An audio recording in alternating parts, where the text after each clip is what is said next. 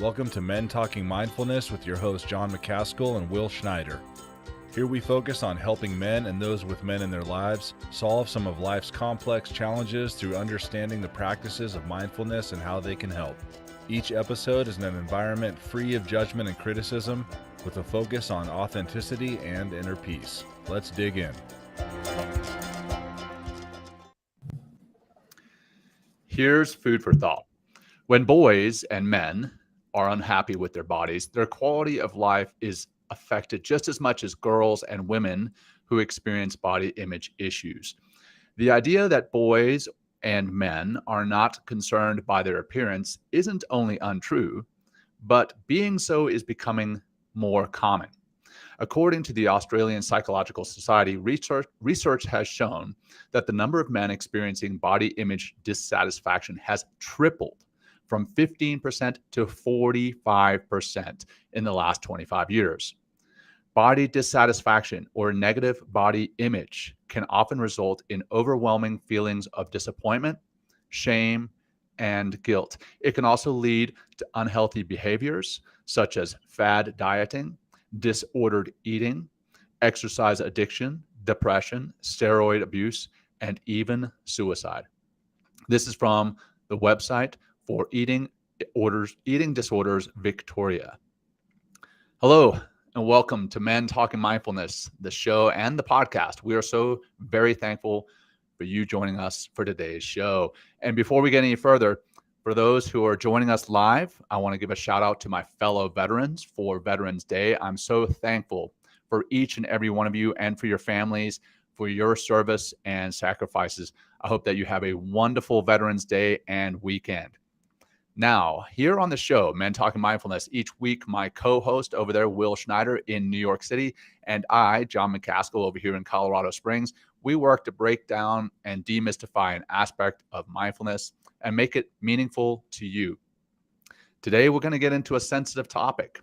We're going to be talking about body image and the way we view ourselves and how that is often distorted, and how that distorted view of ourselves can lead to pain, depression, and anxiety, and it can hold us back from being so much more, from doing so much more.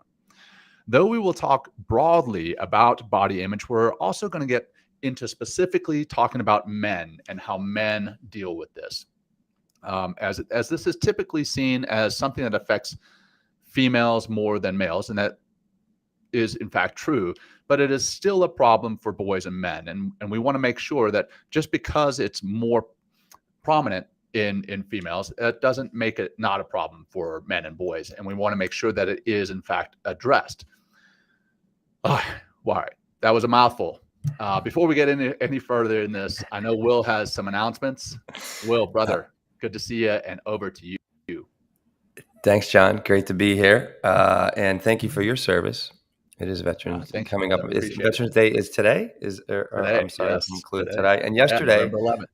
Yesterday was the Marines' 247th birthday. That's right. That's right. The Marines. Happy birthday to the Marines out there. Yeah. Dr. T is a Marine. My nephew. Lots of Marines out there. So hey, thank you all for serving our country, and thank you for being on the show today. And just a few announcements: get on our YouTube. Follow us on YouTube and subscribe. And make sure you hit the bell to notify when we have new content coming out. And you can also, there's an easy link now on YouTube, just at Men Talking Mindfulness. Easy way to find us, at Men Talking Mindfulness. Two other things, John. Both are really exciting. Save the date. Our next in-person mindfulness adventure retreat will take place on May 18th to the 21st in 2023. It's going to be here on the East Coast in upstate New York. And I literally just signed the paperwork today. The check is in the mail. So this is happening. I actually went to visit the location this past weekend, and man, it's really the perfect place to let go of your responsibilities, detach from all the stress-inducing technology, and immerse yourself in peace and serenity as we practice together. So again, save the date. That's May 18th to the 21st in 2023. Space is going to be limited, and we'll have all that information up and a place to book within the next few weeks, probably that first week in December. And also, I'm offering a free meditation and breath meditation and breathwork class, just 30 minutes on Insight Timer every Wednesday at 6:30 p.m. Eastern Time. Just 30 minutes, no experience necessary. And you can drop in. It's all on Insight Timer. It's on my Instagram at Will Not Fear as a way to kind of get there. Or if you already have an Insight Timer account, you can just find me and then access that. So it's a great way just to kind of hit reset in the middle of your week. Drop into a meditation, maybe learn a little bit more about meditation, definitely learn a little bit more about breath. But what we'll do, John, to start the show is we'll do our 5 breaths just to kind of chill out, relax the show. I'm a little nervous about today and excited. Me too. Because we're going to share some of our own shit today, our own stuff, our own body image stuff as a means to, I don't know, create more awareness and help people become more aware of theirs, for sure. Right. So, all right, well, let's take those breaths, everybody. So we're just going to do 5 breaths. If you want to close the eyes, ground those feet might be helpful, or maybe put both hands on the steering wheel and just really begin to find that contact if you're driving and listening. Let's exhale out the breath through the mouth like you're blowing out a candle. Just do a big, giant breath in. And exhale out 5, 4. Few more. Big inhale for 5. Out easy 5.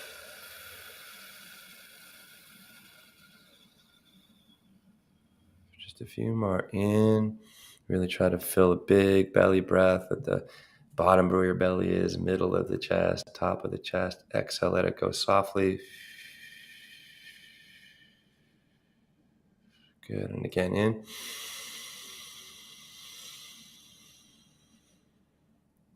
Exhale.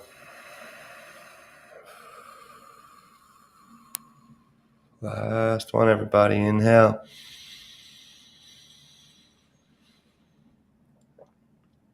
Exhale out.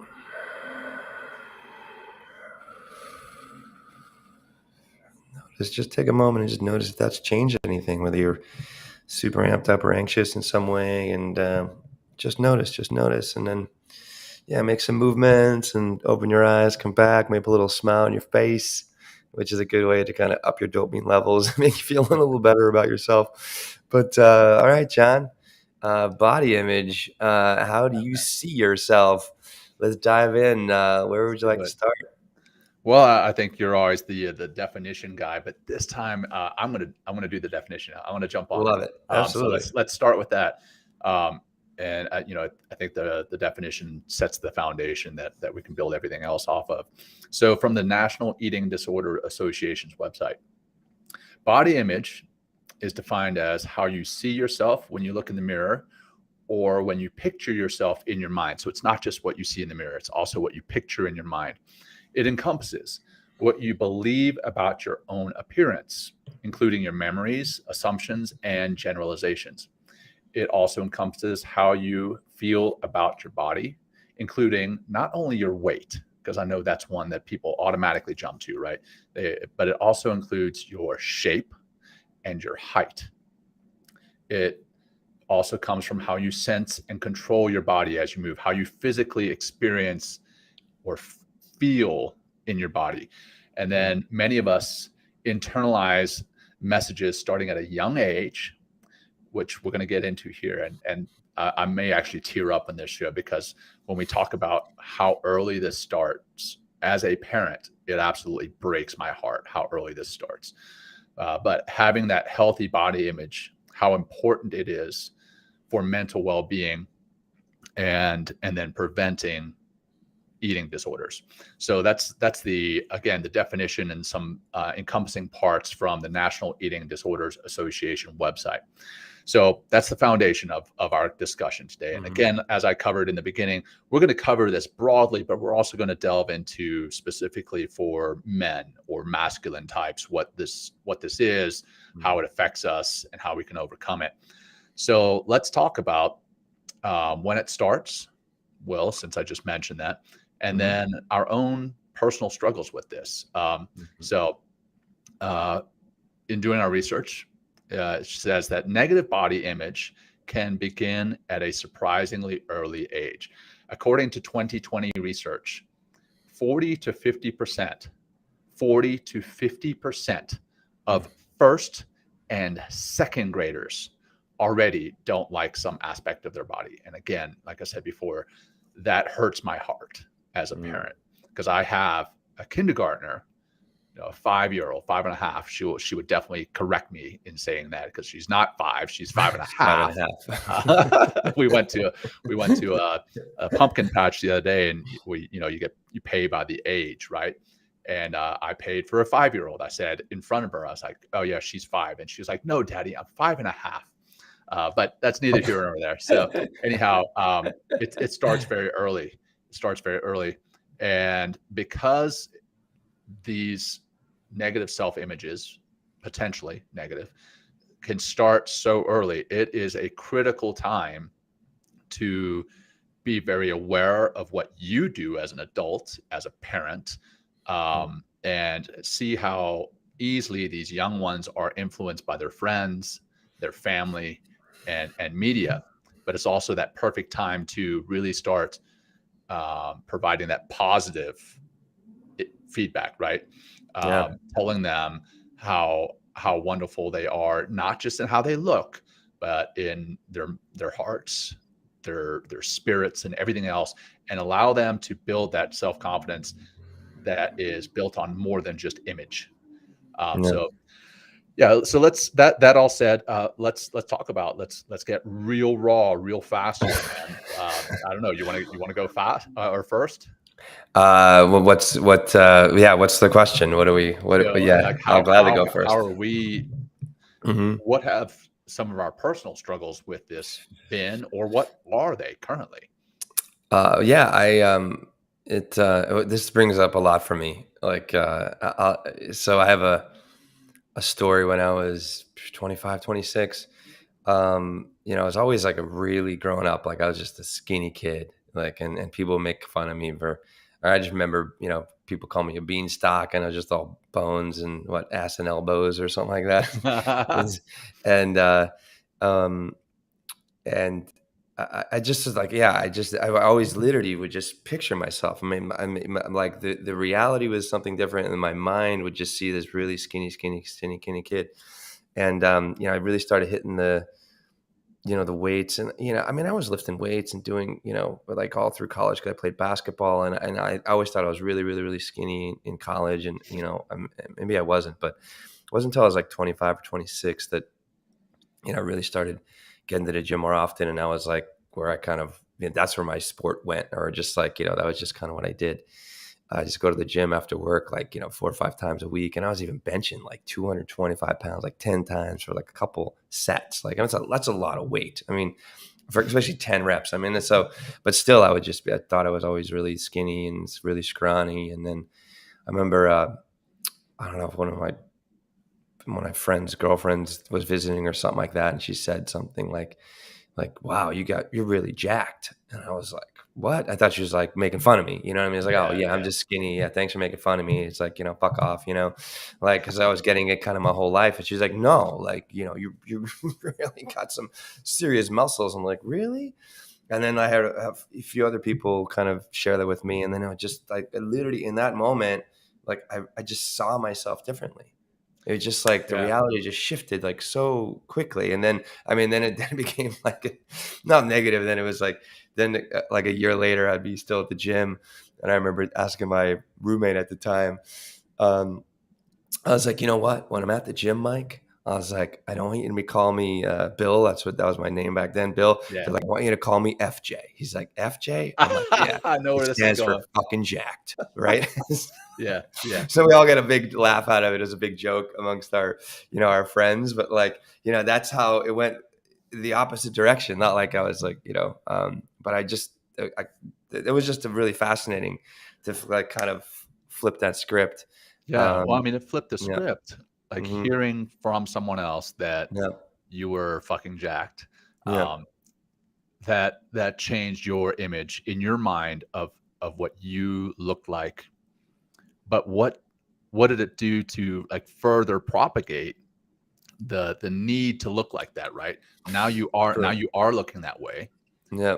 And someone comes up to you like, they feed that fire, they feed that ego. Like, hey, you know what? I heard that I am looking good, Mm. so now I need to maintain this.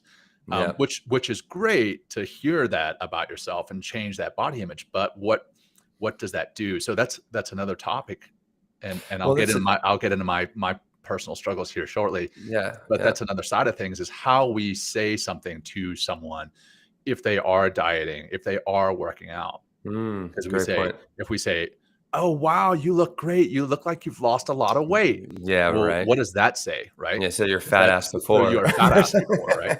So that, I mean, that's terrible, right? So Yeah. and for someone who is working out, if we tell them, "Hey, you look so much more jacked. You look so much better." Yeah. Stronger Like, or something. yeah, Whatever. like Yeah. what does that do? And I'm Yeah. not looking for you to answer that. I'm just Well, saying, no, I like, will. for a topic, for consideration for our audience to think Yeah. about. And yeah, Yeah. if you have an answer for that, No, I'd love like to hear it. I mean, I definitely, I gotta say, like as soon as like you're like, hey, let's do an episode on body image. I'm like, oh my god, because it's like, so that moment, like, and I started seeing myself differently in a mirror, and I gotta say, I'm lucky with my metabolism, my genetics, but I've kind of built a life around health and staying healthy and like maintaining a certain physique, to be honest, in some ways, like an external physique, but I know like but when I but in order to do that, like I need to put the work in, so like it actually has a natural health, and I feel better about myself when I'm I've never really had a belly, or never really got fat. Like I think the most I ever weighed was like 212 pounds or something like that. And when I got out of my senior year in college and drank the last month, before I left or something like that, I really put on some weight. But it's like, I think it's a good thing for me, to just kind of be able to go to the mirror and be like, oh, okay, looking good, looking good. But it does, like, I've definitely have I wouldn't say maybe a healthy obsession around it in some ways, but it's like, making sure, my core looks still, chiseled a little bit, even though, I'll be 50 next month, which blows my mind.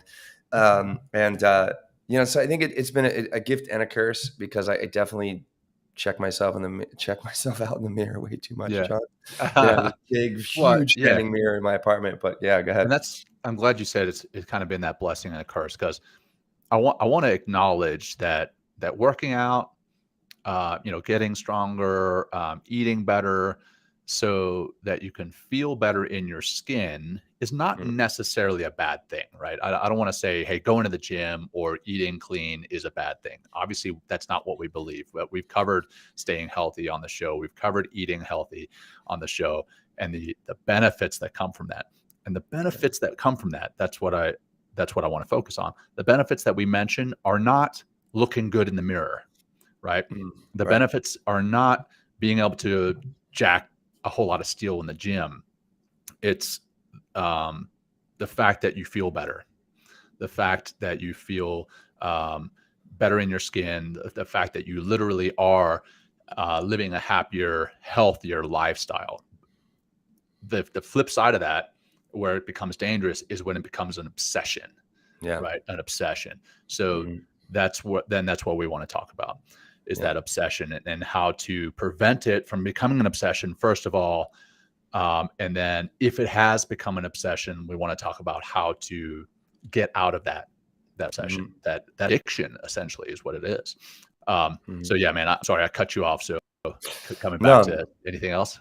no, not at all. I mean, I have, I think at an early age, I had obsession with my hair. I still do have a little bit too much of an obsession about my hair, and I remember combing my hair as a kid, and like I could try to keep it long, and my parents, no, you got to cut your hair. Your hair's too long.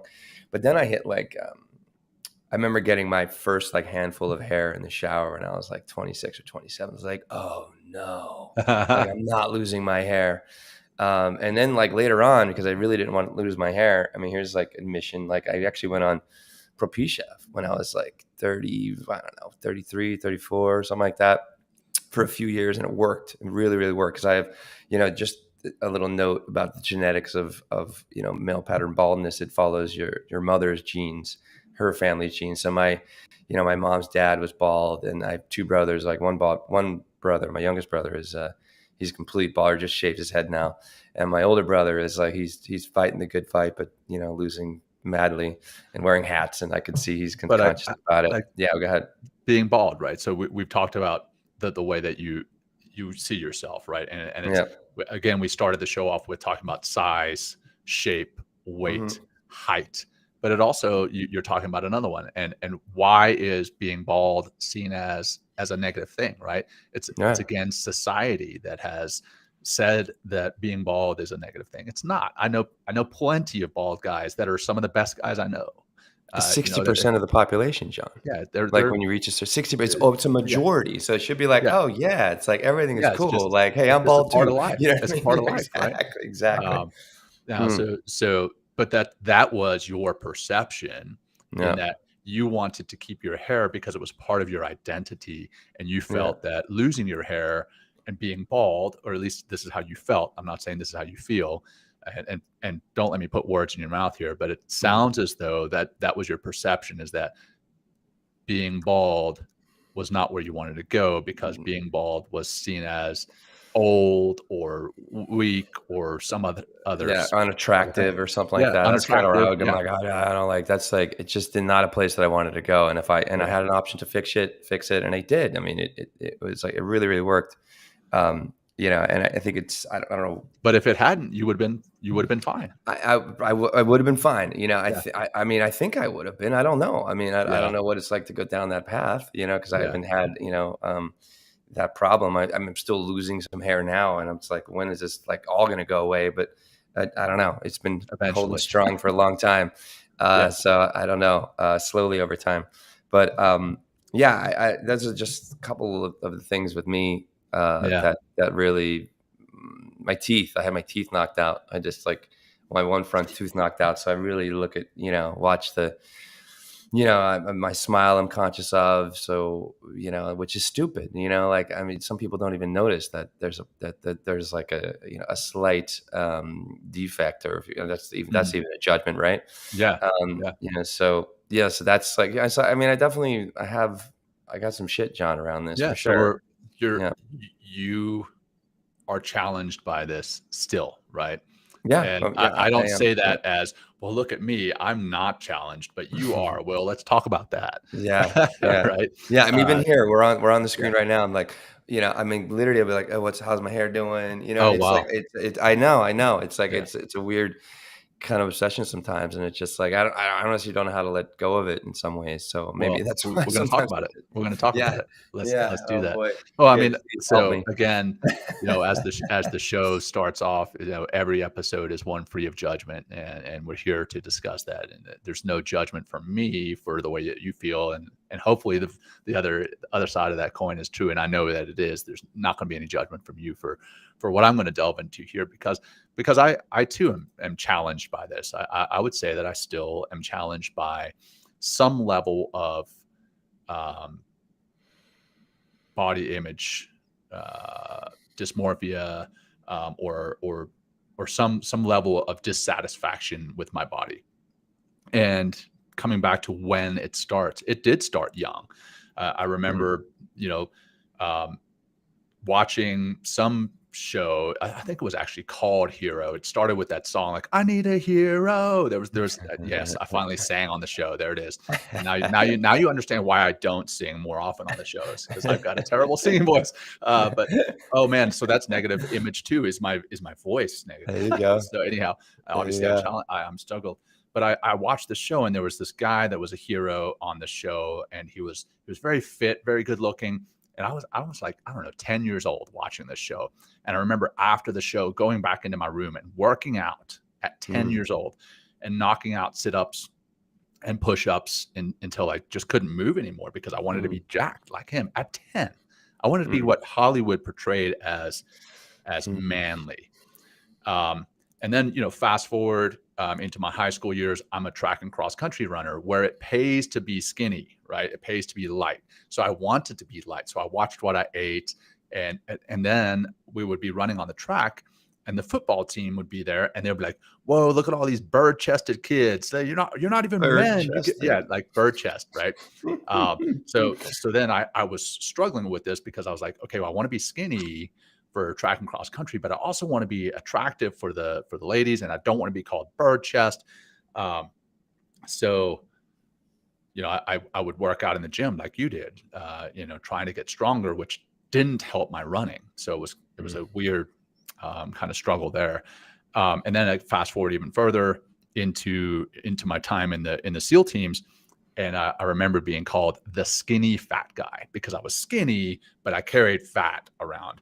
And I was like, I'm not going to be that skinny fat guy. And I'm definitely not going to be the bird chest anymore. So I'd go and hit the gym to the point of obsession.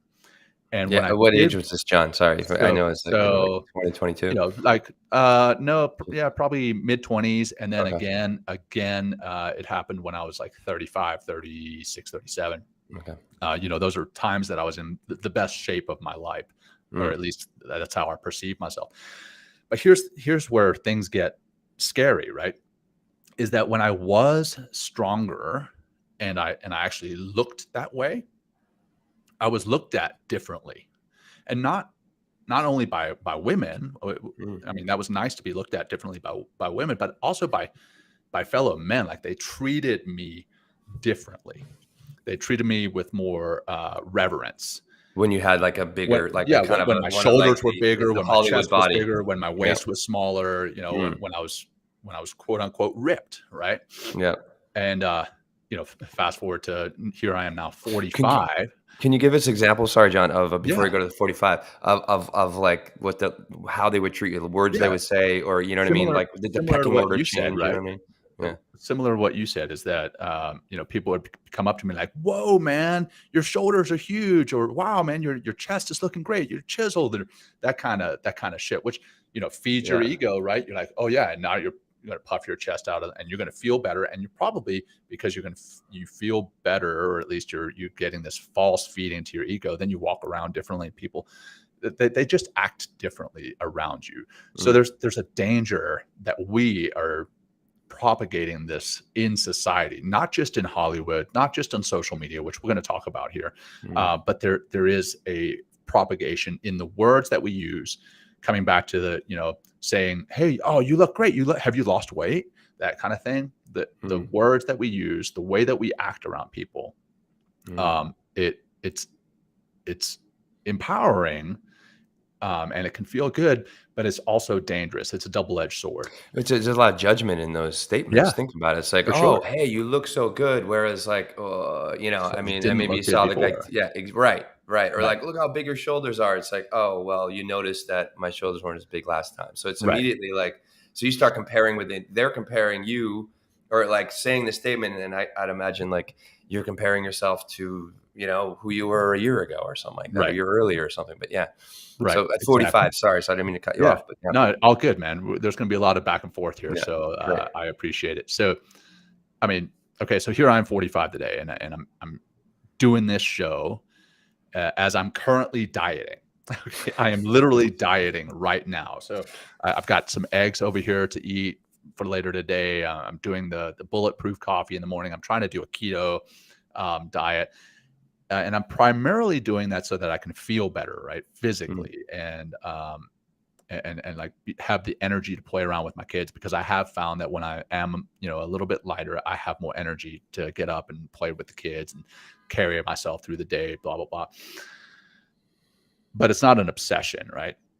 And I'm doing it for what I believe to be the right reasons. But I will say, yeah, sure, I would like to look better in the mirror. Not that I look bad, but there is, in my mind, sometimes I see something in the mirror and I'm like, oh, I want to adjust that. I want to adjust this. But that is how I perceive myself. If I were to look at myself or through somebody else's eyes, I wouldn't see that. We are our worst critics, not in just the things that we do, but also in the way that we see ourselves. We are our worst critics. Yeah. So we need to be very careful in what we're telling ourselves. We talked about negative self-talk before, and then the positive self-talk and how powerful that is. We need to be very careful when we look in the mirror, highlight the positive attributes, because a lot of that time, those negative attributes that we see aren't real. They're not real. We're seeing a distorted image. And that's what body dysmorphia is. And we're going to come through the different types of this negative body self-image, that body dysmorphia, muscle dysmorphia, anorexia, bigorexia, which is a word that Bigorexia both or you and I have megorexia, learned. they call it too. Yeah, Yeah. yeah. Hmm. We're going to talk about that, but so we need to truly know how we really look, not just how we perceive ourselves. And then, as I'm dieting right now, I have to be very careful in how I phrase that for my kids, right? They see that I'm not eating the candy. They see that I'm not eating the ice cream because going on an ice cream date with daddy has been a thing. And now I'm not doing that. Now I can still take them to ice cream, but then when they see that I'm not eating, then they're going to ask questions. I'm like, well, I don't want to be fat. Well, no, of course not. That's not how I want to Right. phrase it. I want to be healthier. But then if I say that even, what am I telling my kids? Well, the ice cream that you're eating is not healthy. Yeah. So we got It's to a be slippery slope. it's a very slippery slope. So Right. Even John, just even saying that you're on a diet, yeah, might even, I mean, it sounds like to me like there's something wrong with you. You know what I mean? Like, right, or like you feel like there's something wrong with yourself is what I mean. right. You know what Oh, I mean? So, I mean, that's exactly. even just and just think about how that word has just been, has been totally fucked society in some ways. Yeah, You know what I mean? The whole diet, I'm on a diet or diet pills or, it's like, versus, I mean, what would be something, I mean, so in this, so what would be something that you could have it more of a positive and affirming lifestyle change, you know what I mean? Or like yeah, a way that you could speak to yourself instead of on a diet, which means like, oh, I have all these things wrong with me, so I need to change it in the form of a framing in a diet versus yeah. like, I No, want to so be healthier or right. something, you know what I mean? So what I'm So, trying to tell my kids is that the ice cream causes, and I nerd out with them, and I try to talk to them as I don't try to dumb language down too much for them yeah. because they're actually a lot smarter. Kids are a lot smarter than we give them credit for. So I tell them, I'm like, hey, well, the ice cream causes my energy to go really high, and then I get really low. And I might be able to That's play. great I might be able to education. play for 10 minutes, but then I need to rest. But if I don't eat the ice cream, I can play for a few hours. And I actually have experienced that. I've experienced super high energy for just a very short period of time with the kids. And then they're like, well, you only play with us for 10 minutes. Well, it's because I'm eating crap. So Yeah. now they start to see that I'm doing it for the right reasons. And it's not just to look good in the mirror, that kind of thing. So And it's also helping them understand sugar. yeah, In yeah, some ways, it's like because then maybe they'll take a pause and be like, "Oh, maybe I shouldn't have that ice cream and that lollipop because this happens to Daddy, so it might happen to me." So right. I mean, actually that's a great way And of it framing it. does happen with the kids. They're that much Hmm. more sensitive to those spikes, Mm. and yeah, and when they come out of that spike, it is hell on wheels, man. When those kids come out of that, so it's a Wow. lesson that they need to learn early. And I will admit that I do give my kids treats for things, and that's I know that's been poo pooed on as far as a parenting tool, but sometimes when you're desperate, you pull out the big guns. Yeah, So exactly. Or the sometimes go-tos, sugars, the yeah, is easy, that, the easy yeah, things. it's an easy one. I mean, that's why Molly Carmel in our whole thing about Oh breaking up yeah, with sugar, she yeah. talked about how her mom had kind of just, whenever she wanted her to do something, she's like, oh, here, have some candy, have a treat, da da da. And that, again, talking about slippery slopes, that's a slippery slope because it may help in the moment, right? You get your kid to do what you want your kid to do, but 2 hours later, they're coming off of a sugar high. One, the Mm, sugar high is also hell to deal with. mm, Like they mm. just running Run around the around the house, house like, like yeah, crazy. bouncing. Yeah, Yeah. yeah, And then them crashing off of that is yeah. also hell. So And plus, you're anyway, creating a reward system too. yes. If you're Yeah. doing that, it's like, so Yeah. therefore it's just like, Pavlov is like, Which, oh, well, yeah. or Maggie, can I have a candy if I'm really good or if I Right. make my bed? Which has It's been just like, proven, that mhm, extrinsic motivation only works for so long and only in certain environments. In other mm, ways, and at other times, it's actually detrimental. But that's a whole nother mm. show. We're Yeah, going yeah, down a yeah. rabbit hole. No, that's okay. So Hey, yeah, yeah. so Mhm, let's talk about what drives this self image, the negative side of things. mm, Um, mm, mm, so I know that if I got on, I've cut myself off of Instagram for my own personal reasons, but I also remember when I was on Instagram, a lot of the stuff that's on there is is people who are, working out to obsession. They have like 3% body fat. They're very lean, or they're very muscular, or for the females, they're in their bathing suits and they're perfect, quote unquote perfect. So I think Instagram in particular, out of the social medias, is a dangerous one, especially if you look at it and you accept that as reality. A lot of the time, the stuff that we see on social media is crap. It's doctored, they're photoshopped. And so I think social media is a big one. As I talked about before, the TV shows that used to drive me to work out to obsession as a 10-year-old. So movies, Hollywood is one that's showing what manly should be, or what the perfect woman should look like. I'll tell you, pornography is one that will drive people to think that their body should be a certain way. Well, so for men, John, like one of the things that as I'm doing the research is genitalia. Yeah, It's like, is my absolutely. balls big enough or my penis big enough? You know what I mean? It's like, does it look good or whatever? Right. I was like, oh shit, like okay, that's a real thing too. Yeah, absolutely. I mean, let's not exclude. I mean, we're talking about body image. Let's not exclude those parts, right? That there is that, and that's a huge part of what can drive our negative self-image is stuff that we see on social media, stuff that we see in Hollywood, stuff that we see on magazines. You go to the checkout line in the grocery store, and like 5 of the 10 magazines are ways to lose weight, lose weight in 5 days, ways to lose weight in diet, ways to pack on 10 extra pounds of muscle, the other side of things, right? I mean, how about the pills, pervasive. John? How about the pills to male enhancement? Like make your penis bigger if you take these drills. Yeah, right. And then, I mean, everywhere. it's like, and I feel like all the things that you just mentioned, John, and then what what marketing does and commercials, and they just prey on that whole idea. I'm not 100%. Enough. They try to like it's a moneymaker. Yeah, it's a huge moneymaker. Oh, it's still a huge moneymaker. It's going to continually be a big moneymaker in as we move forward in the world, and hopefully it'll begin to shift, because what's happening now and what's been happening for a long time is like it's this extrinsic validation, validation from the outside, and therefore if I do these things, act like this, and then begin to maybe get some feedback, be like, oh, hey, your shoulders have gotten bigger, or like your chest has gotten bigger. It's like, then you get that reward, but then you're trapped.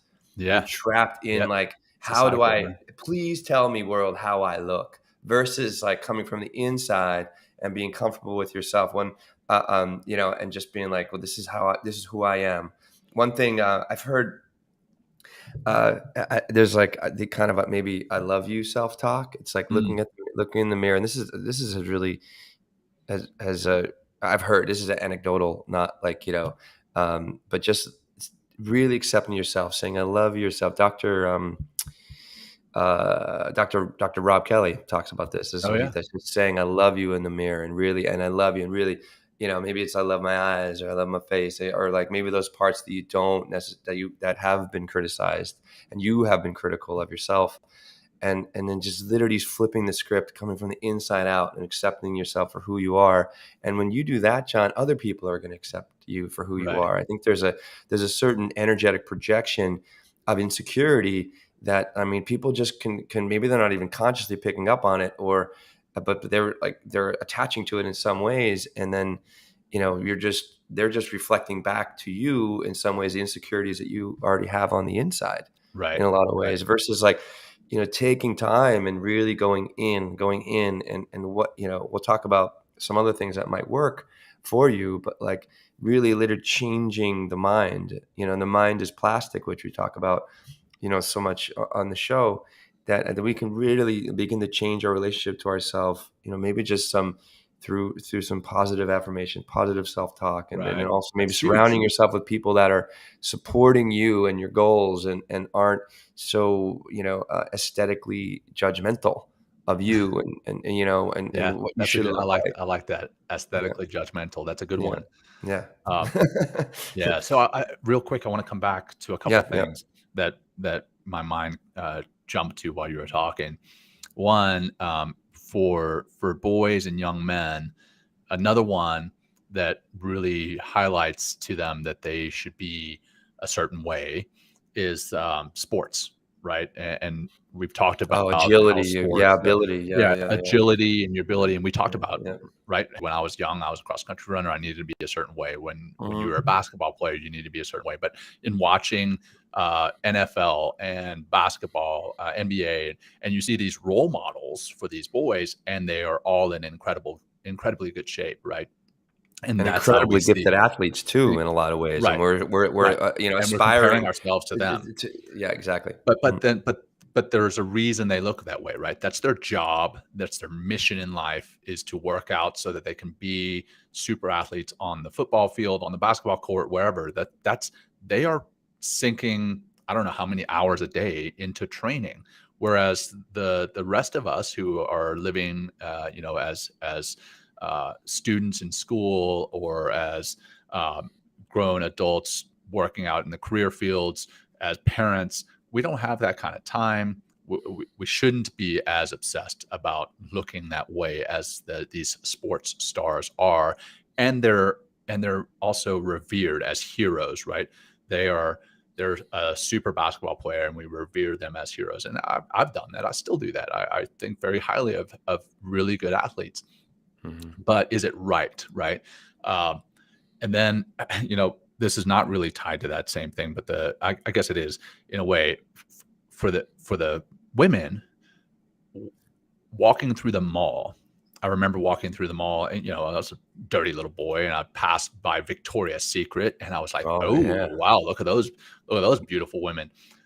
But Victoria's Secret models back in the late '90s, they were or early '90s, they were super skinny, right? Mm. And now what I love to see is that walking through the mall, the models are way more realistic, and they're Mm. beautiful. They're beautiful women. They've got beautiful bodies.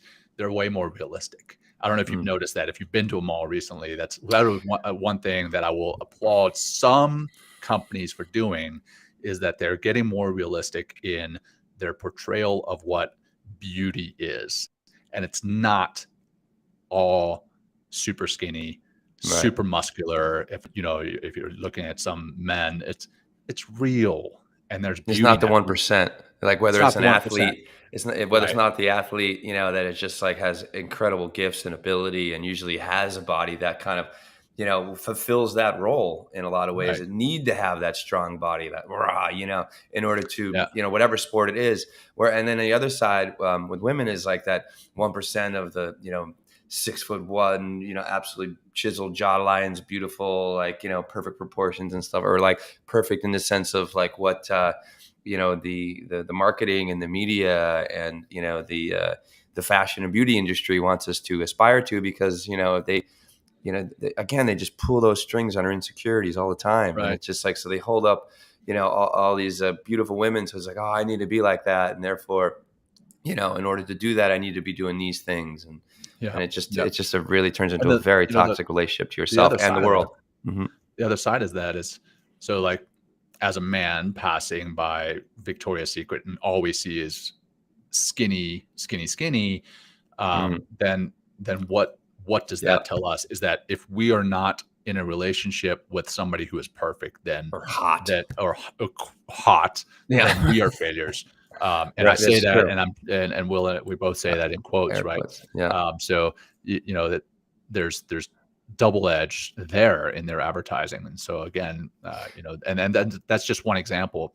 I And do again, see. this is another rabbit hole that I could No, go no, no, down. it's okay. As I walk, Yeah. there's the Vans, the van shoes. Yeah. Yeah. Like, they just have, like, a very non-typical '90s kind of woman, dress. I mean, she's overweight. I mean, she looks fun, but she's overweight. I like her clothes. She's wearing her shoes, but it's just like, it's definitely, definitely a different way of marketing. Definitely Yeah. a different way of messaging. Is she And overweight though? Is she is she overweight? overweight. Oh yeah, she's bigger. She's Okay. definitely bigger. Okay. Yeah, yeah, Okay. yeah, So yeah. like physically overweight in that it could be detrimental to her health. Yeah, I could. I mean, Um, I would say, right. I would. I mean, not not judging just medically. It's not a healthy body, Yeah. but it is in our society, we're approaching 50% obesity now. One in Right. every two people. is obese. Like that's just stats. Yeah. So it's just like, I mean, so I guess we need to market, or whoever's selling whatever needs to market in that way. I'm not a big fan of like us growing in obesity, because what's going to, it's just not healthy for society. It doesn't create healthy people. It doesn't create the healthy mindset. And again, you don't have the energy in being able to do what it is you want to do there. So let's come back, kind of roll back a little bit to what's causing this in boys. So we talked about sports, we talked about social media, magazines, pornography, that kind of thing. But I remember also coming back to my youth. I was South African. I am South African. I was born in South Africa and came to the States when I was 7 years old, and I experienced a lot of bullying for my accent, right? But then I also experienced, because I still have a big nose, quote unquote big nose, and I never thought that, John. By the way, never fucking thought that. Yeah, Anyway, I've become comfortable with it in my more mature years. But I remember being picked on. Like some kids called me Sam, and it took me a while to get what they were talking about, and they were talking about Toucan Sam from the Fruit Loops, right? And like, oh, because you have a big nose, you're Toucan Sam. And so I was bullied about my nose, so I had this negative self-image. I was bullied essentially before by the football team, calling me the bird-chested kid, or we as the cross-country team were a bunch of bird-chested kids, bird-chested boys. So there's a lot of bullying that leads to these negative self-images too, and it's not just among young men. We were talking about the movie Mean Girls before, and as funny as that movie is, there's a lot of truth in that, right? For young women, they are bullied, even though they may not perceive it as bullying. Somebody might tell them that they're too fat, or that they look a certain way in a certain outfit. So there's that bullying on the playground. There's the bullying in later years in sports. There's bullying in the workplace. Even today, as grown adults, there's bullying. So we've got to really address the bullying. I think we should do an episode on bullying. No, we will. We definitely will. Yeah, we need to. So there's that can also cause that negative self-image. And I wanted to make sure we address that, and we'll talk a little bit more about that. I think it's interesting, John, that you bring up your nose, and I've never thought of anything, whatever. But it's like it stayed with you, like from those early days. Like you probably still think you have a bit of a big nose from like something that was drilled. I mean, do you like still sometimes? Well, I mean, over it, or what? You know what I mean? Complete transparency. So I did get in a lot of fights growing up because I was picked on, and I was picked on, but I also started to develop, and I was able to defend myself. But in my sophomore year, I got into a couple fights and had my nose broken twice. Oh shit!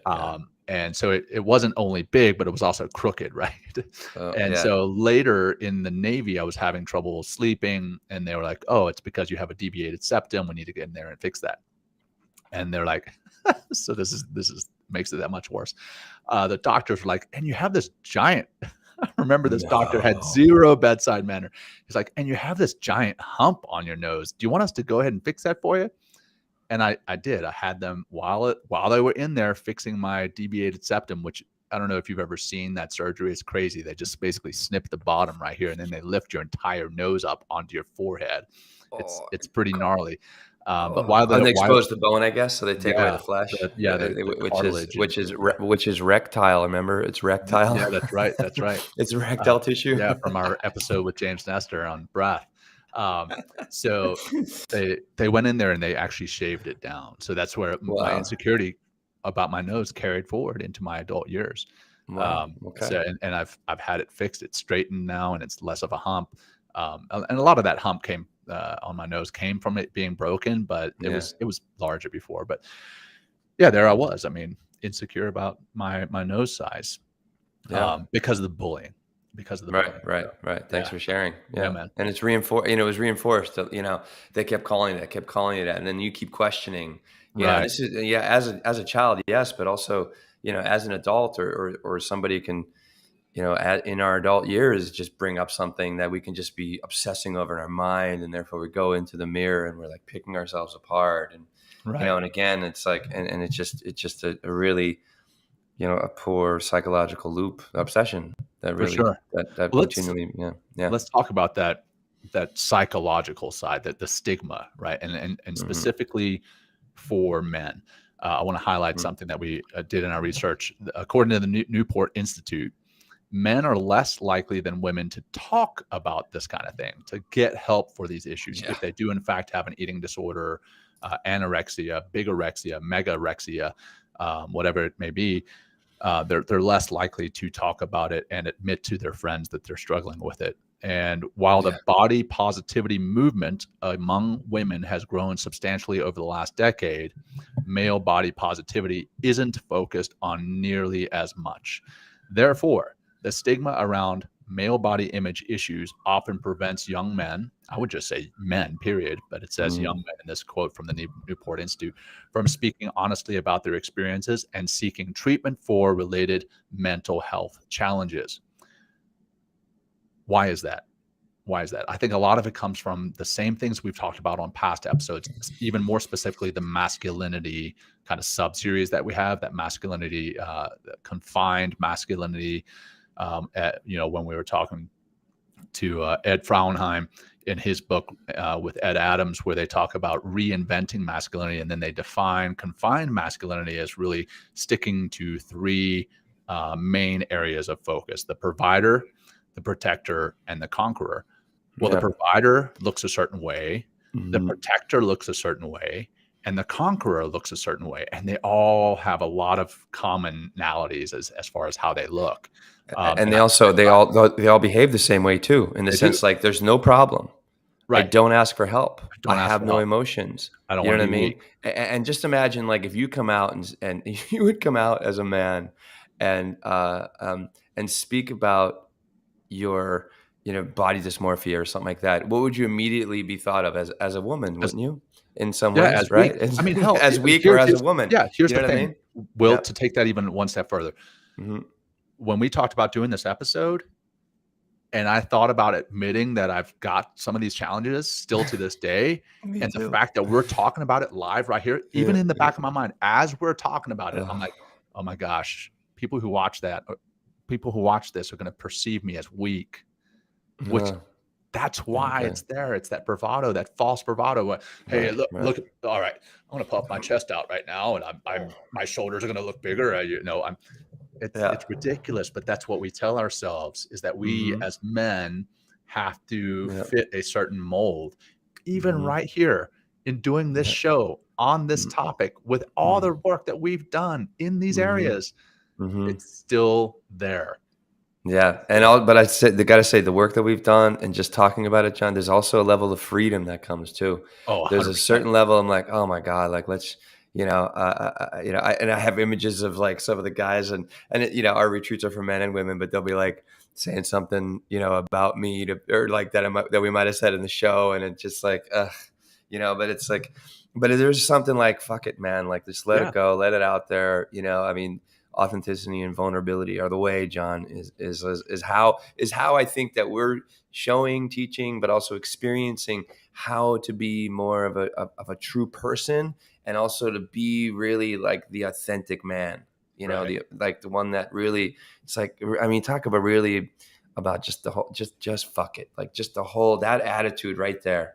And it's just like, and the healthier way of living. It is. It's honestly a much healthier. It's very freeing, very, very, very, very, very freeing. So, but keep going, John. Thank you. Yeah. Well, okay. Let's talk about some of these associated disorders, right? Okay. So it can be associated with eating disorders, and or the dysmorphias that we talked about, which we all know, that those, both the dysmorphias and the eating disorders, which are quite often linked, they're very real.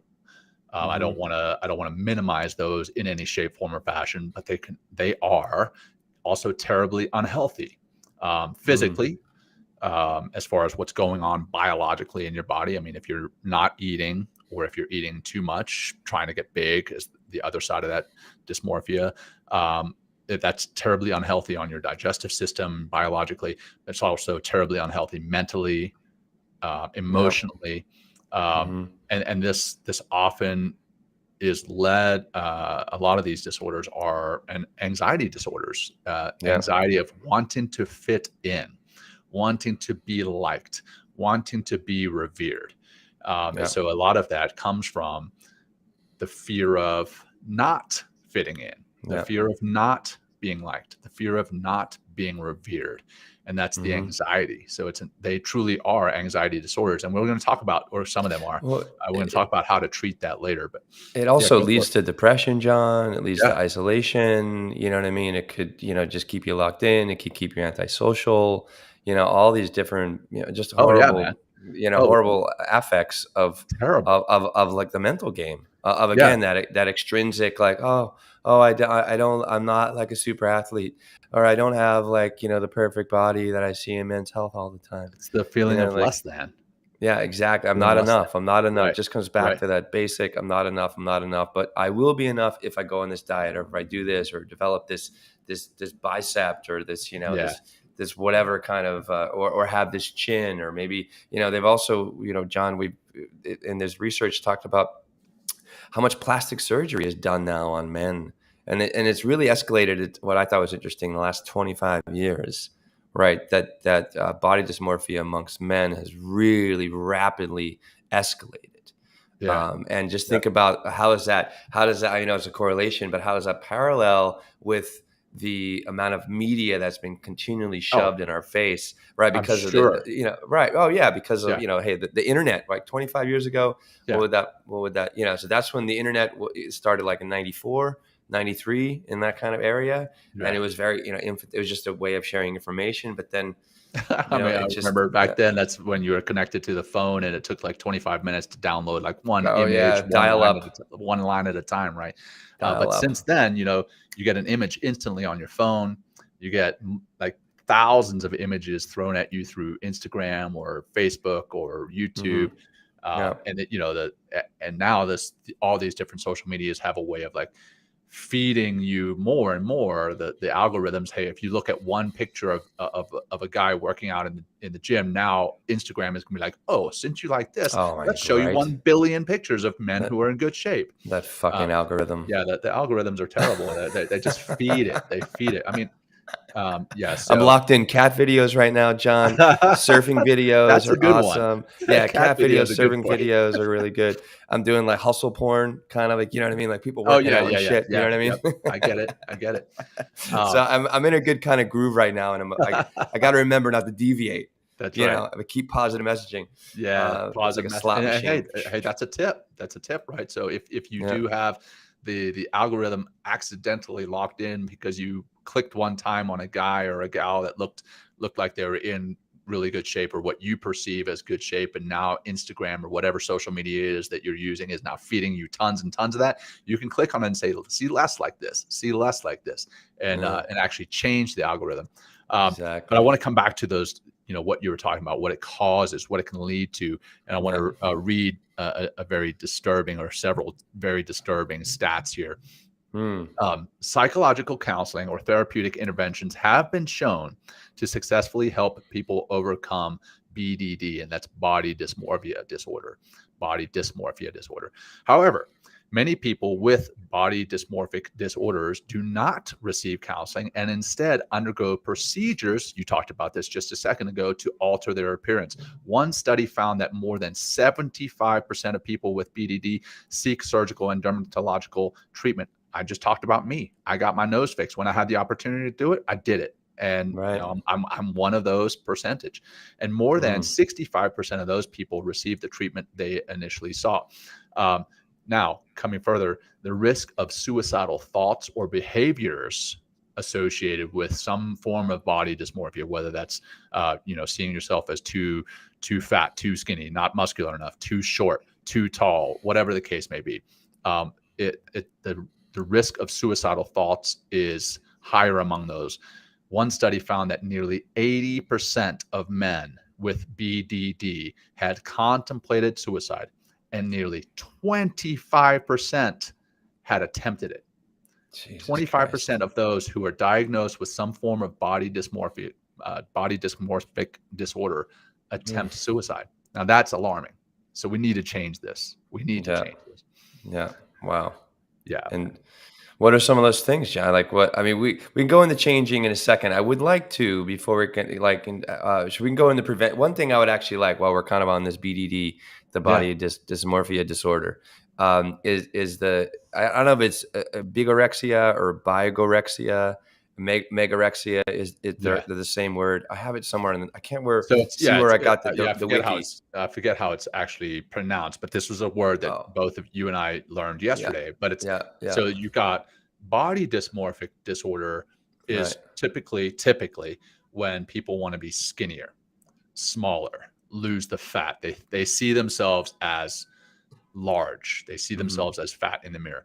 The other side of that is the muscle dysmorphic disorder. That's Yeah. where they see themselves as Let me, too skinny, right? And yeah. that's the Well, bigorexia or the megarexia. yeah. Let me read this one, John. This is Yeah. from Wikipedia, right? So it's under the umbrella, or it's not the umbrella. It's muscle dysmorphia, right?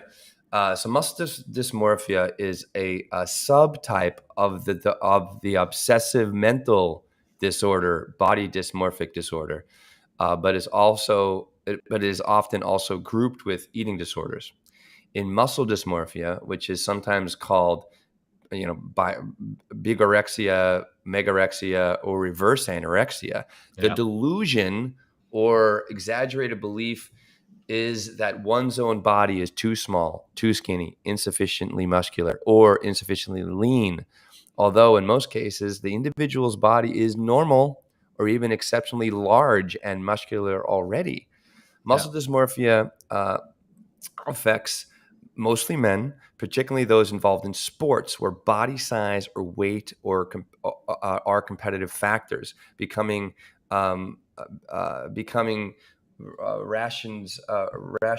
rationalizing the gains of muscle to become leaner. The quest to seemingly fix one's bodies consumes an inordinate time, attention, and resources, as on exercise routines, dietary regimens, and nutritional supplementations, while the use of anabolic steroids is also common. Other body dysmorphic preoccupations that are not muscle dysmorphic are usually present as well. So that's like, I mean, that's just that's like the guys that are at the gym always kind of checking out their muscles and doing this, and then always Right. comparing themselves to, Arnold Schwarzenegger, or, with Lou Lou Ferrigno, the Ferrigno. Hulk, right? You know what I Yeah. mean? As just like, which are, again, they're that 1%. Those are like, I mean, not the best word to use right now, but freaks. Those are the people that have just been gifted That's with this and maybe start well, I working mean, at it. Yeah, go that ahead. was Yeah. literally what they did for a living, right? Arnold Schwarzenegger, I think he used to work when he came to this country. He worked for 8 hours a day in construction. Then he worked in the gym for 8 hours a day, and then he did acting lessons for not enough hours a day because his acting was terrible initially. But he obsessed about this. I would argue that a lot of those people who are highly successful in the bodybuilding arena have these challenges too. And I don't want Yeah, to speak bigorexia. negatively about Yeah. them, but they Yeah. they and we, because here we are, me and Will are admitting on this show that we have challenges with it. But I would argue that a lot of these stats that we're reading and reporting, they're probably underreported. Oh, I would say for that men, I feel like so much of men's stuff is yeah, underreported because we're nobody's not going to going to admit admit there's it. a problem. Yeah, Yeah. they're like, no, I'm perfectly happy in my skin. Yeah, perfectly But then, happy. yeah, in the back of their minds, they're like, I could definitely lose some fat. I could Yeah. gain some muscle. Or they're on antidepressants or drinking or, Yeah, whatever, consuming some sort of substance to make themselves feel better or something, yeah. Crazy. Let's Uh, before we get into the what can prevent this, and then ultimately yeah. what can heal it, because I know we're people who are tuning into this show. They're normally this show is an hour long, but today we're going to run a little bit longer because Will and Yeah. I Great. really feel passionately about this. But I want Yeah. to touch on what this prevents us from doing, right? If we look in the mirror and we see something that others don't. Like we see ourselves negatively when others see us in a completely different light. We look in pictures and everyone's like, "Oh my gosh, you guys look so great." And all we see is, "Oh man, look at my belly." Or whatever the case may be. We see something and we look at it in a not just a negative light, but a completely distorted light. What does that prevent us from doing? Does it prevent us from being bold enough to like start a new a relationship, whether that's a relationship with a friend or with a romantic relationship? Hey, because you're Yeah. like, oh well, there's no way he or she is going to like me because I am not good enough, because I am not big enough, because I'm not Right. small enough. Enough. There's not Yeah, enough of I'm something, not whatever it enough. is. I'm I'm not not. enough. Right. You put all the bullshit after that. Yeah. You know what I mean? And Perfect. what does it do? Yeah, it Yeah. just it works against you. It's just It like, works oh, I'm against not you. going to go out. I'm not going to do this. And I'm not gonna hmm go up for that promotion because yeah, I'm not enough I'm there. not So enough. Hmm it's not just psychologically. You're thinking, well, I'm not good hmm enough professionally, but you're like, well, I'm not enough. So my self esteem is actually affected. So it really prevents us from living the best lives because we're falsely feeding ourselves this false image, or rather we are feeding ourselves this false image of ourselves. And it keeps us it's confined. Coming back to confined masculinity, it's confining us to hmm being much less than we are fully capable of being. And again, I say that as I admit that I have my own challenges with this, but as I journal and I write, hmm the positive stuff about myself, as I look in the Yeah. mirror and I know that some of the negative things that I say about myself are in fact distortions. I know that, mm like mm cognitively, I know that, and I can reframe it and say it differently or counter it. That's really helping, and we'll get into that here shortly. But Well, it's it also does. you're It keeps doing the me. work, John. Yeah, you're doing Yeah. the work. You're doing work. You're actively, proactively, literally change. Knowing that we have this plastic mind, this plastic brain, we can change the way that we look at ourselves in the mirror. We can change the way we talk to ourselves. We can change the way we feel about ourselves. Yeah. From the inside out. I mean, I think one thing, and I'm looking at some of the comments here. We didn't really talk about it. Maybe we touched on it or just mentioned it, but just meditation can help with all this stuff. Yeah. Yeah. Meditation is the opportunity to get to know your mind. And to know the Meditation is bullshit. yeah, exactly. Very much so. Meditation is the opportunity to help relax that anxiety about your body dysmorphia or the way you're feeling about yourself. And then and the more you sit, the more you relax and the more you get to know your mind, you create the opportunity for to change, or at least you open up the opportunity to just look at other possibilities, to see yourself in a different light, and to seek positive ways of being with yourself and being in the world, and also have positive relationships with yourself, and incorporate and begin to bring positive relationships into your life instead of and also maybe your relationship to your social media. We just talked Mm, about you can yeah. flip the script in your freaking reel. It's not the beat or whatever. Your I The forget what algorithm. the algorithm. You change You that. can change that shit to Yeah. make it work for you. Right. And so it's just like we have the ability, but like you meant, it takes work. It could be journaling. It could be meditation. I think both of those two have served us and a lot of other people tremendously. But you Yeah. have to make the time. It's not going to change just by. And I'm glad whoever's listening. I'm glad you're listening to this show. I think it's wonderful. But take the next step. Whatever it looks like for you, take the next step and realize that you're valuable, realize that you are enough, and being able to change from the inside out by taking on these on just even a meditation practice, or just finding your breath and just calming the fuck down and getting away from your mind, getting away Yeah. from the trappings and the negative, thinking and activity of the mind, and then taking those actions, the emotions that come along with it. You can change. That's Okay, right. there's my PSA, John. Boom. But Wow, man. Like I love it. Like, how do we go from there, man? But no, yeah, let's no, do that. So no, yeah, we yeah. talked about, that's a bit that you talked about how to change, and we'll get a hmm little bit further into healing and treating once you have identified that you are having these challenges, that you may in fact be fighting this. We're going to talk about that in a second. But let's kind of back up further down the stream. And what I mean by that is like, how do you prevent it from ever becoming a problem in yourself and in others? So I think a lot of it starts early on with, like I talked about my kids. I want to tell them how beautiful they are on the inside. I want to promote that positive self-talk.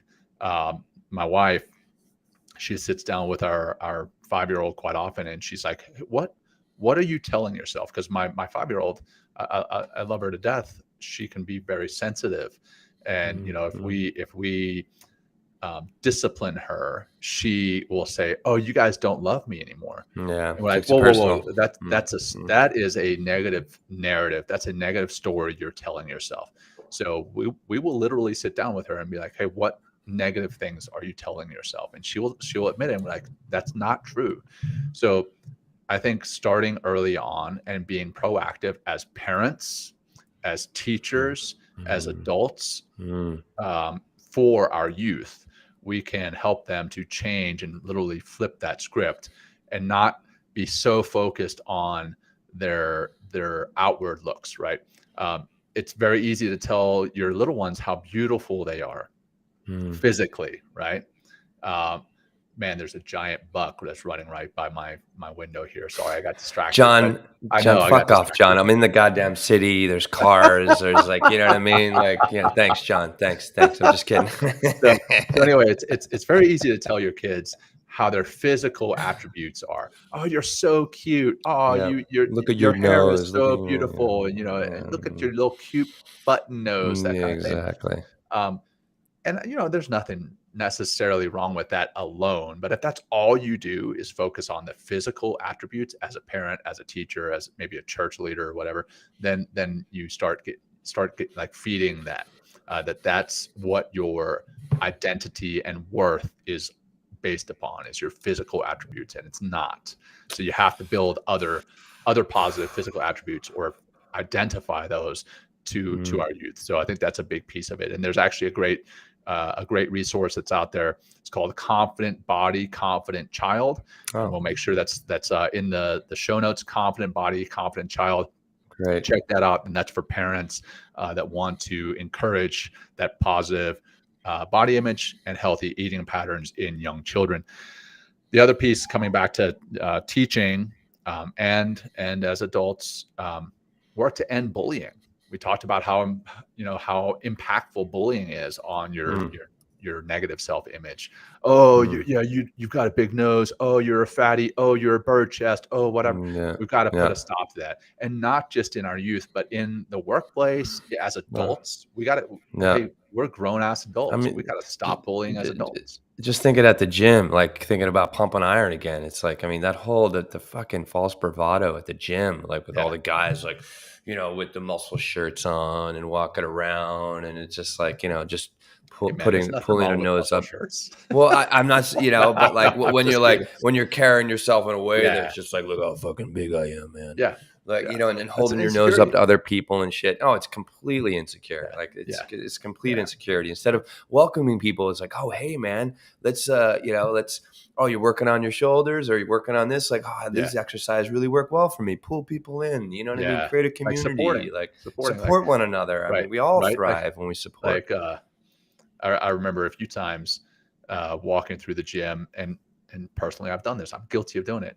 And seeing, somebody smaller than myself lifting way less weight. And in my mind, I'm like, weakling. That's a weakling right there. Watch out. Hey, our EA is going to come on. But I'm just saying, you know what I mean? But yeah, that's the kind of, but instead, and now I try to do this, is if I'm in the gym and I see someone and they're working out, they're bettering themselves. Wherever they are, they're bettering themselves, and I just celebrate that and be compassionate and be like, you know what, right on, good job, wherever they are. So that's a reframing that we need to do personally in the gym, on whatever side you are. So whether that's you, the one like walking around and seeing someone lifting less than you, and rather than being like, oh, well, they're lifting less than me, celebrate them for being there. Or the flip side, if you Exactly. are the one that's on the bench press and you're lifting less than everyone else, don't compare yourself to them. Compare yourself to you the week before, and Yeah, celebrate the fact that you are there bettering yourself. You're not there to be exactly. the bodybuilder. You're not there to be Arnold Schwarzenegger. You're not there to be the fitness model. You're there to better yourself and get Yeah. healthier for the right reasons. So And the only celebrate that. the only way anything's going to change is by showing up first. It's Yep. the only way you're going to get, have those muscles or whatever, like, or just anything's going to change. It's just to show up. Yeah. I mean, Yeah. so, I mean, that's the biggest, 90% of success. And that should be 90% of your celebration, just Right. getting there, just Yeah. getting there, having the will and the wisdom and, the ability to get yourself there is huge. So Yes. celebrate just that. And then, 100%. work hard, if you want, and do the work and disciplinely. And I mean, the gym really helps me, John, especially when I do things that are really hard at the gym. I'm doing this treadmill, the Remy Adeleke. I did it this morning, last 2 days in a row, man. I've seen it. 15% incline. I'm at like 3.7, 3.6, 3.8 miles an hour, 21 minutes. Oh my, it crushes me, but I see my mind. It's like a meditation in itself. Yeah. I get to, But you're doing it for the right reasons, because it helps all you the right to reasons. push past your mental limits. You're not doing it because Exactly. like, oh well, I want to be lean and mean. And if it is that, you're not obsessed with it, right? No. It's okay to It's a want to byproduct. That's a better, byproduct. it's okay to want to better Yeah. yourself, but don't Yeah. become obsessed with it. And that's again Right. what this whole show is about, is because Yeah. the difference between obsession and knowledge.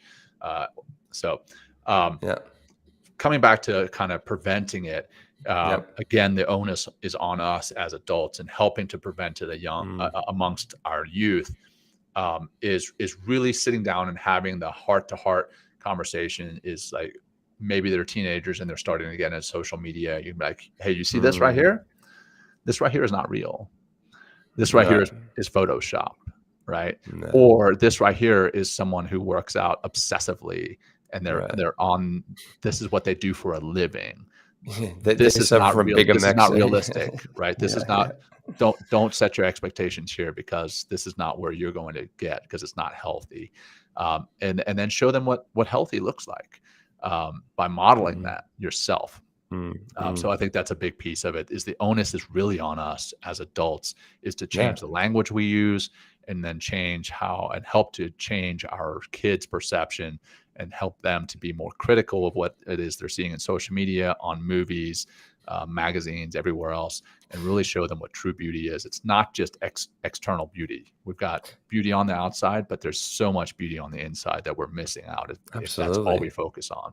I think anybody in a leadership role, whether it's a coach, whether it's a teacher, whether in an office, like, you can create an environment. You can create a positive, healthy environment, that like just affirms everyone's that we're living. We all have the same needs, and the way that we attain more of those needs is by being kind, being loving, but that's going to take work of being kinder to yourself. And that's how we come back to the practice, like, meditate. Maybe what's going to help you lead to meditation is just like getting a little healthier in your body in some ways. Go for a walk, all of these things have just shown to, enhance our brain chemistry, so we have a more positive outlook on and a feeling, about ourselves, and therefore we're able to take like a more positive step forward.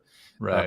Or maybe just don't do the negative stuff. Don't take a step in the direction that hasn't been serving you, or keeps you locked in your mind in some ways that isn't producing positive feelings and isn't producing positive results. Right. So yeah. All right. Well, so now those are ways to prevent it. Yeah. So that's kind of, further upstream, keeping people from getting to this point. But once they are to this point, let's talk about ways to treat this. And I love that you highlighted this in the notes. We are not medical professionals.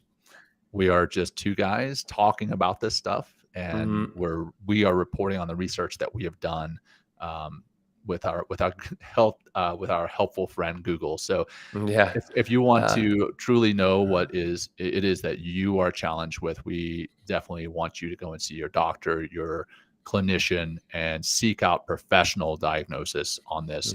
and then professional treatment. That said, we do have some things that we have found through the interwebs that we want to make sure we report to you, and you can talk to your professional about this. So over to you, Will, if you want to go through a couple of these. Yeah, for sure. So again, there's not a ton of, there is information out there for sure. And there hasn't been, for men, there hasn't been a lot of, there's not a lot of data out there for what does work or what doesn't work. But so first, is correct diagnosis of BDD, so body dysmorphia, this disorder, right?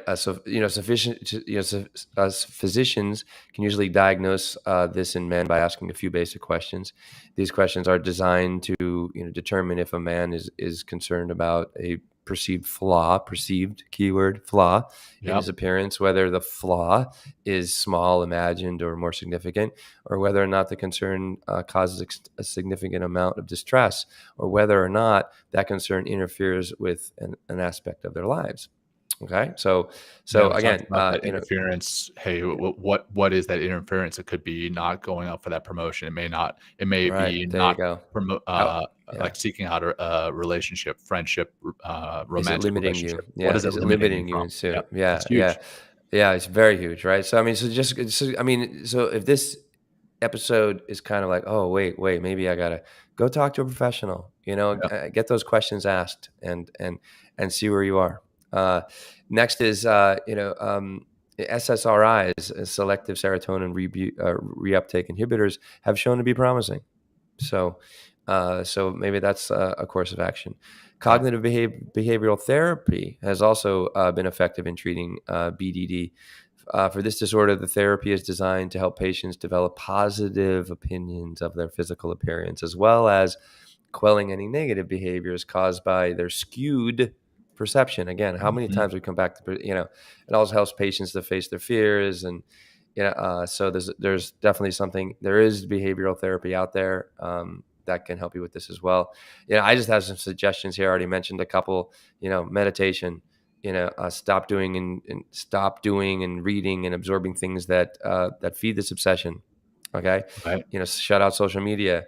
Maybe psychedelics would help, John. Again, I'm not a medical professional, but like they've been shown to very, very, have a very, very positive effect on so many of the psychological disorders that, the pharmaceutical industry has been, battling for years. They've been shown in many, and we're going to see a lot of research coming out over the next, several years of how it's like, wow, how this stuff really, and because it's not just, it doesn't just help and change your brain chemistry, what they're finding, but in higher doses, in my experience with psychedelics, it gives you that opportunity to self-reflect in a positive way, in a kind way, that you can really see who you are at your core, which is loving, kind being, right? Yeah. But then, it shows me like what is getting in the way of me being that loving and kind being to myself. And maybe that's something that maybe an experience like that, because what's interesting about those psychedelic experiences, John, you can have this massive epiphany, this massive awakening, this massive love that you can feel for yourself.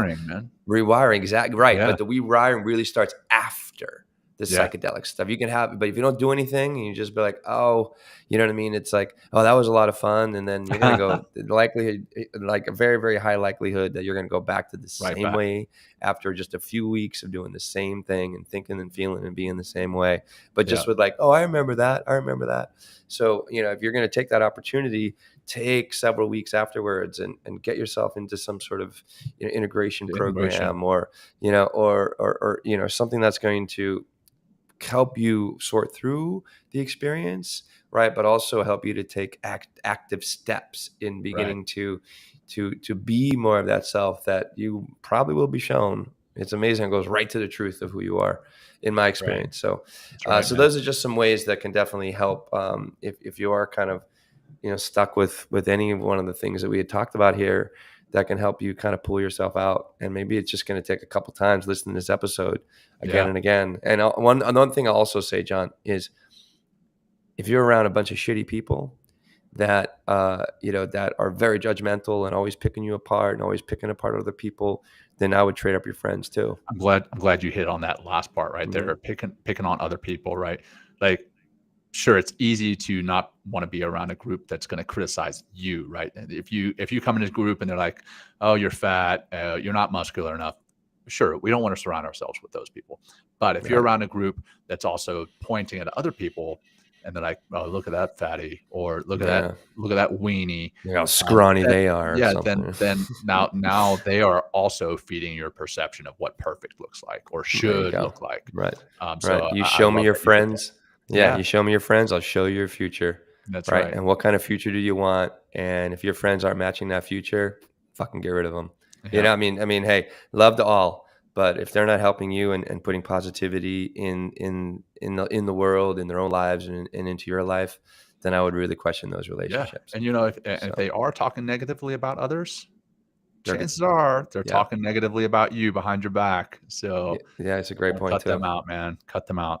Yeah. I And actually talked. love them and cut them out. But love Yeah, them. love You them know what I as mean? humans. It's like, that's just that all that picking apart other people. And you touched on it, John, earlier. It's like, that's just their insecurities talking. That's Yeah, just their insecurities manifesting and, and, and, and spinning, or like kind of they're speaking it to their own ugliness that they feel for mm, themselves. Because if they're able to pick sure. apart other people so easily, right? How are they picking them part of themselves? Yeah, On a yeah, continual basis. So it's all like it's just outward reflection of what's going on the inside anyway. So right. mhm. That Wow, was great, man. John.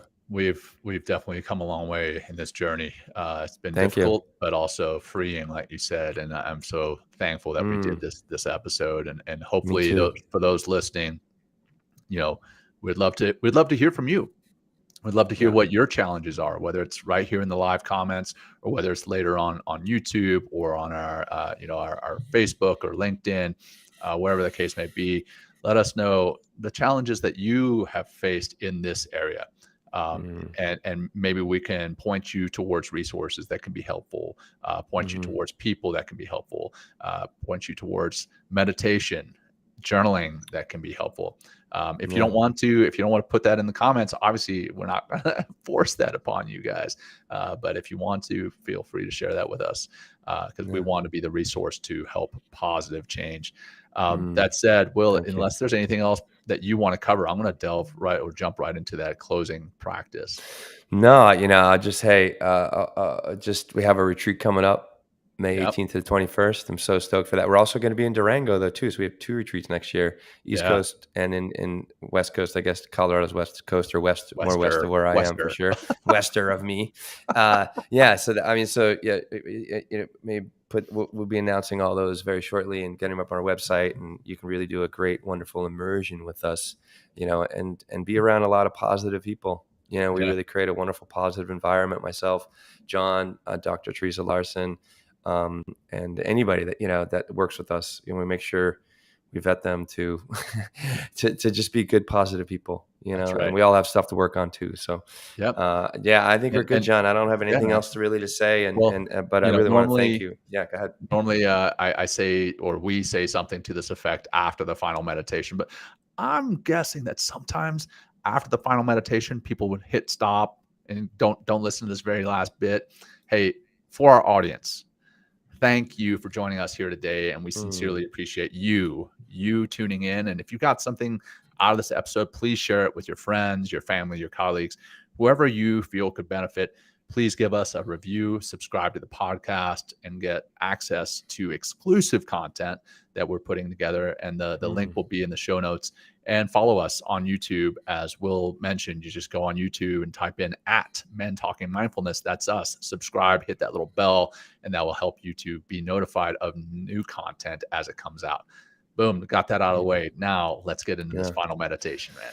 you got it, man. Let's do the five breaths. It's your Yeah. time. Yeah, Your that's call, John. Yeah. yeah. Well, let's, you Hmm. know what, in light of, and this is kind of a spur of the moment thing, in light of the conversation we've had, I'm Hmm. just going to guide something that's based around breath, but also Excellent. focused on our positive mantras, our positive stories that we're going to tell ourselves. So let's do an I am meditation. All right. So let's bring your attention to the here and now. the space and time that you are filling, that you are feeling. Noticing your breath, the physical side, the physical attributes of your breath. Your breath is with you always. We often forget, but it is with us always. Focus on that for a few seconds, paying attention to the rise and fall of your diaphragm with each breath in and each breath out.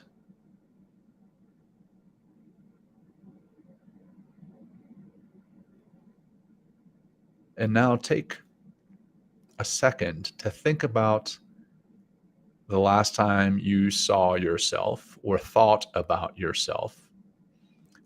And think about your thoughts, the metacognition, thinking about your thoughts, being aware of your thoughts and the emotions that are driven by those thoughts.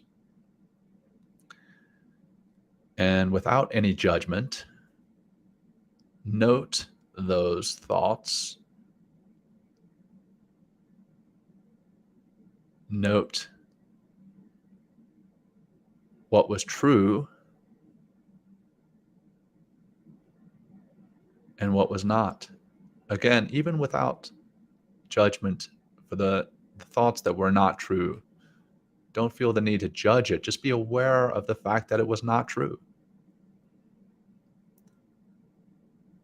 We often view ourselves through a lens that causes distortion. Being aware of that, being aware that we see ourselves through this distorting lens, we can change the way that we see ourselves, that we perceive ourselves, that we present ourselves in this world and in this universe.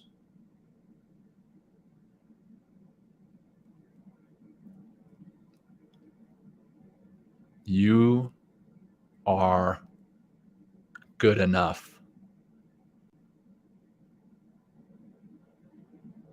You are better than you think you are. Love yourself outside and in, as that is where this all starts. Self-love outside and in. Start to think about the way you think about yourself and give yourself more self-love.